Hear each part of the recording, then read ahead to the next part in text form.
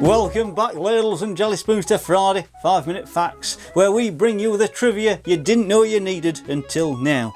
Today is our last Friday 5-Minute Facts of the month, and I just want to say a big thank you to everyone who's helped out and made this month an absolute Bobby Dazzler. Get on with it, Pat. What game are we looking at this week? Yeah, some of us have got buses to catch. This week we are diving right into Christmas spirit with the little known 1994 SNES and Sega Mega Drive game Daze Before Christmas. It's a holiday game so obscure that you're going to have to explain it to people at least 3 times before they even believe it exists. Sounds like my kind of game, Days Before Christmas, eh?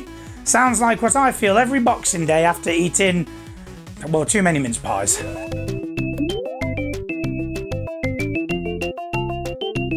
Daze Before Christmas is a 1994 platformer developed by Funcom and published by Sunsoft for the SNES and Sega Mega Drive / Genesis. Now, in game, players take on role as Santa as he battles to save Christmas from the evil forces that had kidnapped his elves and bloody nicked his presents. Now, uniquely, game were only released in Europe and Australia, making it a rare holiday themed title, featuring whimsical, festive levels and cartoonish baddies.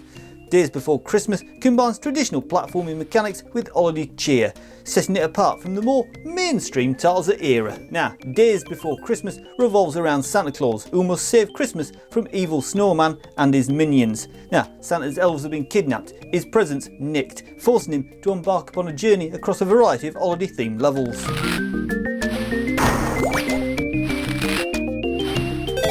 But in this game you're not recovering from mince pies, you're playing as Santa Claus himself, who's battle against evil toys, snowmen, and get this, his dark alter ego, the Anti-Claus, which honestly sounds like something out of a Christmas horror film rather than something out of a kid's video game. Anti-Claus, you say? Does he show up when the presents aren't wrapped properly? Because my wife's been complaining about that for years. No, but he could have had an epic Street Fighter style battle with Santa. That feature was ultimately scrapped, unfortunately. I mean, imagine Santa and Anti-Claus throwing down with candy canes as weapons. The development team argued about it at length, but at the end of the day they decided Santa roundhouse kicking a reindeer wasn't really the Christmas spirit they were going for. Shame. I would have liked to see that. A good old Christmas punch-up, like the ones I had with the crackers over the years.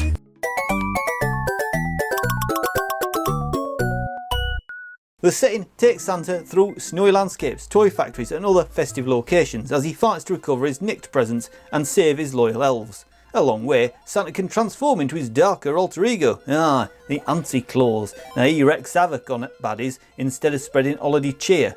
Now his quirky twists add a layer of humour to otherwise straightforward platformer, creating a memorable and light-hearted adventure for players. Now gameplay Days Before Christmas is your classic side-scrolling affair, right, where players control Santa as he navigates levels, defeats baddies and collects presents. Now Santa can throw magic attacks and temporarily transform into Anti-Claus, the more aggressive version of himself, to defeat the baddies. The game features traditional platforming elements like jumping, avoiding hazards and solving simple puzzles. Power-ups such as hot chocolate restore Santa's elf, and defeating boss baddies progresses story.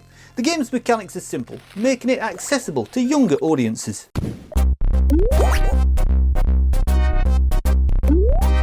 Now, and here's where things get even stranger, right? Days Before Christmas was supposed to come out in the USA, but Sunsoft USA shut down before they could release it.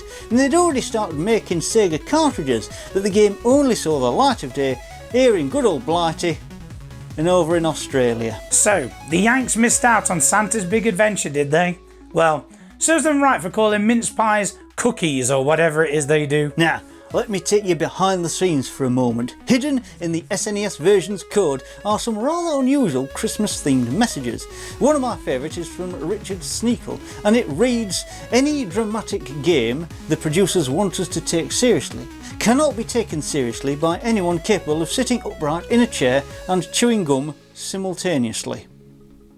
Yeah, I don't get it either. Oh, that sounds brilliant. Sounds like something I'd say about those fancy chairs with too many levers. And here's another gem from none other than Dave Barry, and it reads, "Frosty the Snowman is about a snowman who befriends children, plays with them until they learn to love him, and then melts." Really festive, right? And don't even get me started on Rudolph being treated like a headlight with legs. Headlight with legs? Poor chap. All he wanted was a bit of recognition. And they turned him into a Christmas car part.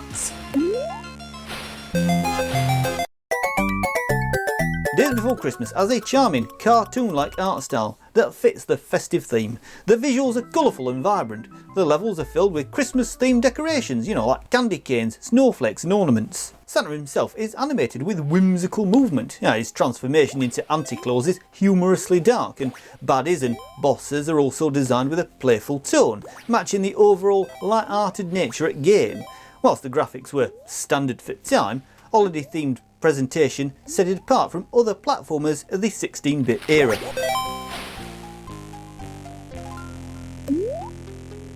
I say, did I miss the part where we talk about Santa taking down evil toys? Pretty much.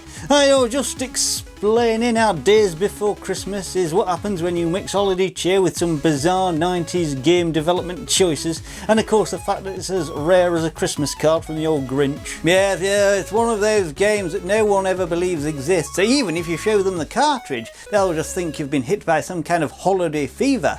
But the fact that it made its way to Europe and Australia only makes it even more of a cult classic. Cult classic, eh? Sounds like my mince pie recipe. Well, maybe one day Daze Before Christmas will get a comeback, or at least a remastered version. But until then, if you want to play as Santa fighting snowmen and drinking hot chocolate for power-ups, you'll have to track down the original. Daze Before Christmas received mixed reviews upon its release, primarily due to its limited availability and simple gameplay. Critics and players appreciated the festive theme and quirky charm, but the game was seen as fairly short and lacking in challenge compared to other platformers of the time. It's a rarity, especially in North America, and it has turned into something of a cult classic amongst collectors and retro game enthusiasts. Whilst it's not a groundbreaking title, its unique holiday premise has helped it maintain a small but dedicated fanbase over the years. Alright then, ladles and jelly spoons, well that's our 5-minute fix of holiday trivia for you today. If you've enjoyed the video, you know what to do. Like, share and of course subscribe. Keep the festive facts rolling. And don't forget to hit that bell so you don't miss out on more retro goodness. We've got plenty of weird and wonderful games to talk about next week. And if you subscribe, I might tell you where to get the best mince pies south of England. You won't want to miss that.